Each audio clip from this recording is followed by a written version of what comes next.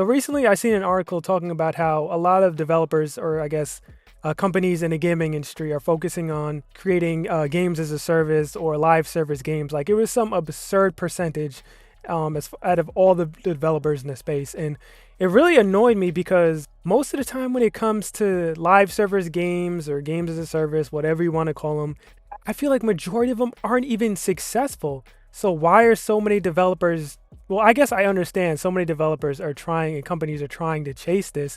And it's like, in my opinion, it seems like it's so hard to actually build an audience on a live service game that actually sticks around and makes it successful. I feel like ever since Fortnite, all these companies have been looking at that and trying to replicate that in any way they could. It's almost like they're chasing a golden goose that's just like impossible to catch, because what Epic Games did, in my opinion, they got lucky with Fortnite.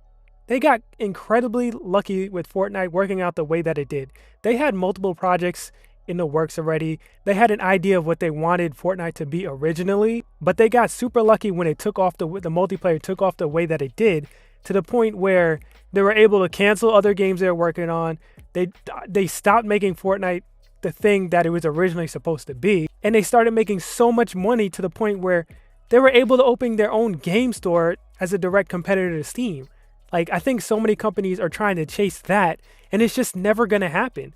That was like catching lightning in a bottle. I don't think we'll ever see another live service game take off the same way Fortnite did. I guess if you want to count GTA, but I feel like that's a little bit different considering it's Rockstar and it wasn't a free to play game. Like, that is a very successful game, live service game, but in my opinion, it's a little bit different. And I really hate seeing these companies chase this thing, because all that, and it's the same thing that ends up happening. They make this live service game, they put all this money into it, and then in a couple weeks or a couple months, the game dies, and then everybody who worked on a game, they start losing their jobs because these companies start to downsize, because the game that they made wasn't hitting numbers or making that money back, whatever.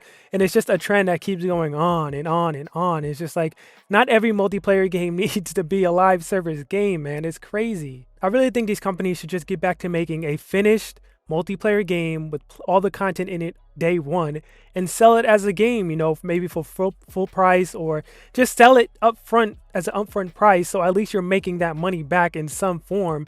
Maybe the game fails or it doesn't do well, okay, but at least you made that money up front, and maybe people don't have to lose their jobs right away. You know what I mean? I miss the days where a game would come out, a multiplayer game would come out, and would have all the bells and whistles that are supposed to be there day one. You pay your $60, $70 now, and you enjoy, and you play the game, and everybody's happy, right? And as good of a game Fortnite is, I think it did very big, like, lasting damage on the gaming community as a whole, because now everybody's just trying to replicate that, and it's just not going to happen for like 99% of developers out there. So basically what I'm saying is, I want everyone to go back to making multiplayer games, an actual multiplayer game that's 60 to 70, 40 bucks or whatever, and just put it out with all the content there day one, and stop trying to make everything a live service game. Stop trying to make everything require a battle pass or loot boxes or whatever. Just make a complete multiplayer game and put it out for people to enjoy. Anyway, that's going to be it for this video. Thank you for watching, and I'll talk to you in the next one.